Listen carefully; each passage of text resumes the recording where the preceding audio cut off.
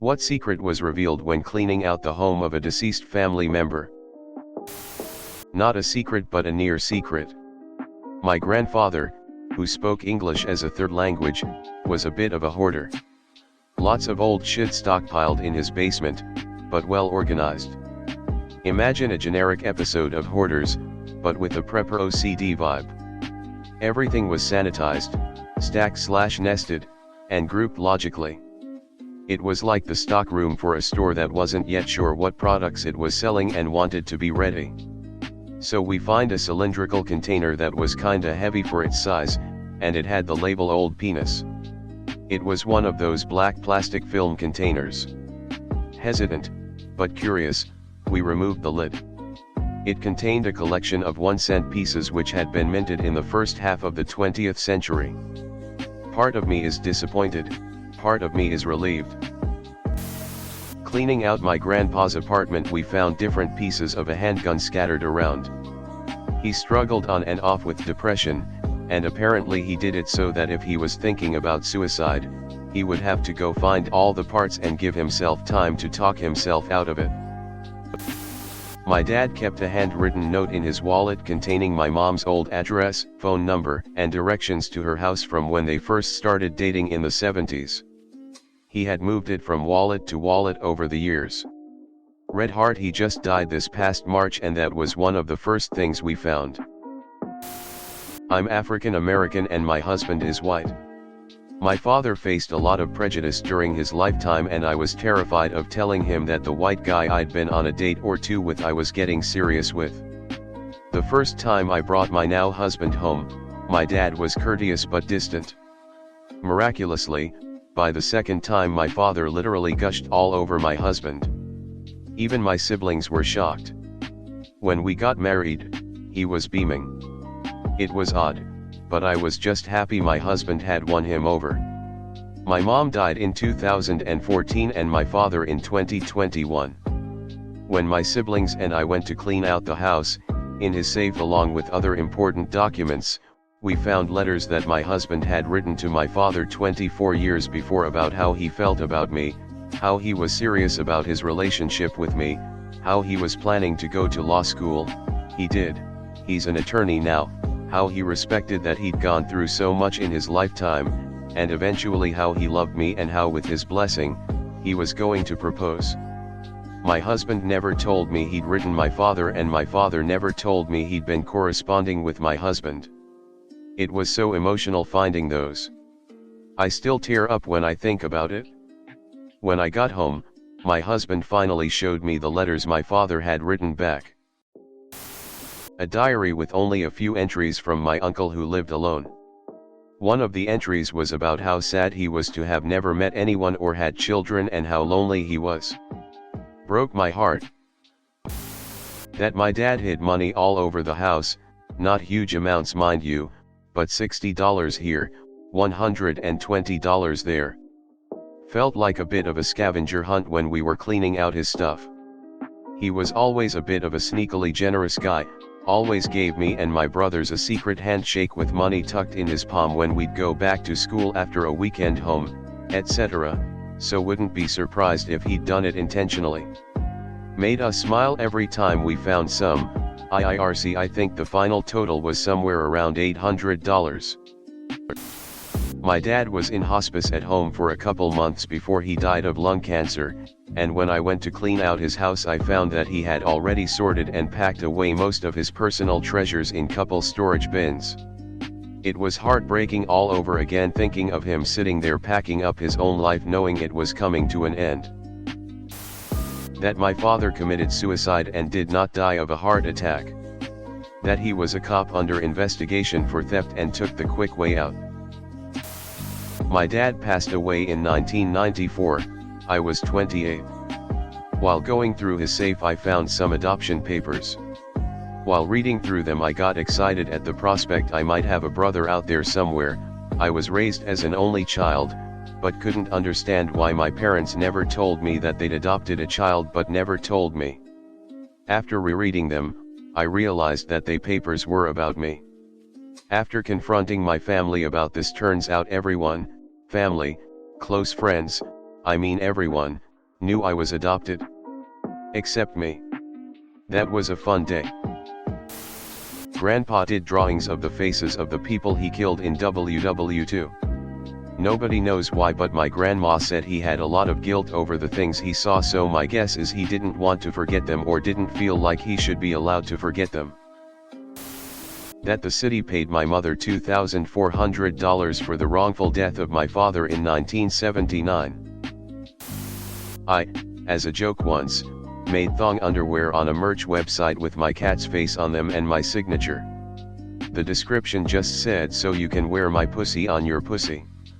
My friends found this hilarious and bought them up, of course. I got numerous Snapchats of thong photos for a while.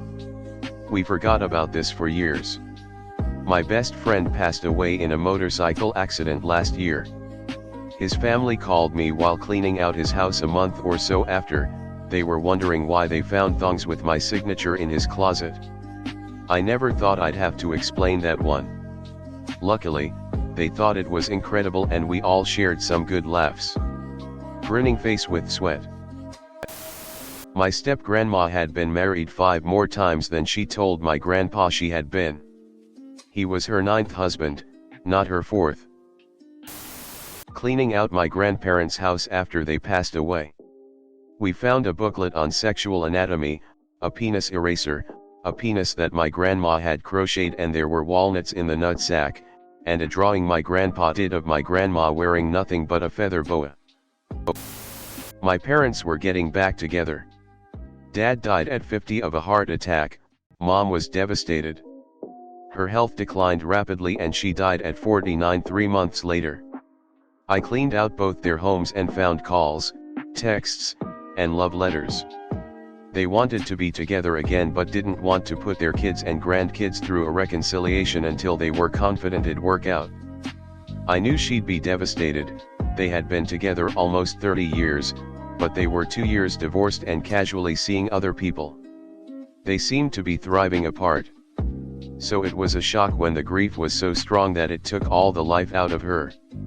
She died of cancer, but the doctor also diagnosed her with failure to thrive brought on by the loss of my dad, and said that it may have been possible for her to live longer and even receive treatment if the failure to thrive hadn't taken everything she was before her cancer diagnosis. The only thing worse than losing my dad was watching my mom live without him, so at the end of the day, I'm grateful she didn't live without him for long. She never would have had peace here again. She found her peace with him on the other side. After my grandfather died, I asked my dad to quietly go through his dad's bedroom while I took my grandmother out to lunch. I explained that granddad might have racy magazines about, that would be upsetting to grandma if she found them. So just, be a good son and save your mom from that. When we got back, my dad was nearly hysterical, half laughing, half barfing, and pulled me into the garage to debrief. Apparently, my grandfather was exactly the devout Catholic that he had appeared to be. And what my poor father had found in the bedside table was a stack of cheesecake pictures, of his own mother. We cleaned out my grandparents' home and we found a letter from my sister to Grandpa. "I hate the new baby. All she does is cry cry cry. She is a crying witch. That baby was me, thanks sis." Not a family member, but a client. I help senior citizens downsize and sometimes they are hoarders. When cleaning out a client's hoarder home, we were first searching for cash, family photos and jewelry. This was a very affluent family and a lovely from the outside home. We discovered she and her late husband had a secret hobby. We found a ton of homemade porn from the 1950s and 1960s. Our client, now in her 90s, was the star of most photos. We're talking really graphic stuff with multiple men and women. She was gorgeous and very photogenic. Needless to say, we did not put those pics in the pile of keepers to give to her children and grandchildren. Not really a secret, but cleaning out my gay brother's sex toy collection in front of my father wasn't a lot of fun. My mom learned her dad has another family. We met them a few years ago. Food from 1970. They died in 2006. My nan had about a platoon's worth of American servicemen's photos tucked away. Edit, oh god, 3K for my nana being a shack rat. Edit 2, I'm so sorry Nan, but way to go. They found out my grandmother lied about her age to her second husband. Keep in mind this was the 1940s. Her age on her marriage license was 6 years younger than she actually was. Found my grandparents' wedding certificate, which didn't match the date everyone else had. Their original date was 9 months before my aunt was born. The certificate was dated about 5 months before she was born. A family friend, 50s, was moving stuff from his mother's storage locker after she passed opened a box of documents and inside was his adoption papers. He was adopted. Turns out his aunt, who is significantly younger, had a teen pregnancy, and to avoid controversy at the time the newly married older sister just adopted him. I had a falling out with my father when I was 21. Fast forward 18 years when died, and I found stacks of pictures, notes, and articles about me. My stepmom said he was always proud of me, and didn't know how to say he was sorry. I found a hidden .38 revolver in my late stepfather's bookshelf. Every bullet in the gun had the name Steve written in Sharpie. No one had ever heard of him. Mine was confirmation of a wild story. My grandfather served in Korea. For years there was a tall tale about how he won a house in Korea, unsure how to phrase this politely online, that it included the family who owned it and essentially anyone who worked there in a game of poker. That when he returned home, after a few years of receiving letters and small payments, my grandmother told him to give the ownership back to the family. I don't think anyone really believed him when the story was told, over and over again. My grandmother died when I was young, so couldn't ask her if it was true. When he passed away and we were cleaning out the house, we found the letters from the family and the letter from the lawyer Gramps used to officially return ownership. My grandpa owned a pleasure house in Korea, is a sentence that's hard to say.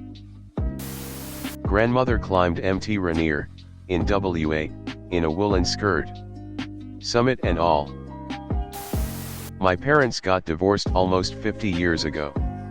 When I cleaned out my old man's place 30 years later, he had a written out accusation that my mother cheated. I know who he referred to, and honestly, he was probably right. My old man was pretty hard to take most of the time, so the divorce wasn't a shock. My mother cheating doesn't seem much of a surprise, but that he kept this in writing was, I'm guessing it was his last blame volley from beyond. Grandma had multiple cats in freezers. Grandfather worked on the Manhattan Project as a master machinist. We didn't know until he passed away in 1993 when we found various specifications and directives written to him by Oppenheimer, Fermi, Teller, and General Groves. We all secretly knew he had thousands of dollars in cash hidden in his house. What we didn't know was how much, and that each of us knew of different stashes. The one I knew about had about $9,800.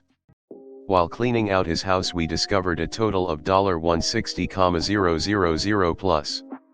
It was a hell of a Easter egg hunt. My 97-year-old uncle had a very decent pot stash and pipe collection. We knew my originally British, naturalized Canadian great-grandmother was an amateur historian who was fascinated by Britain's war with Napoleon, not for the least reason because she herself was tangentially related to the Duke of Wellington's family, via an obscure cousin's marriage. What we didn't know is that, likely in preparation for a book she never wrote, as a young woman she had actually interviewed several dozen elderly English, French and Spanish veterans about their experiences during that war, including 3 actual survivors of Waterloo, 2 English, 1 French, and an aide-de-camp to Spanish General Francisco Javier Castaños, who was there when his commander handed the Napoleonic army its very first defeat in the field, at the Battle of Bailén in 1808.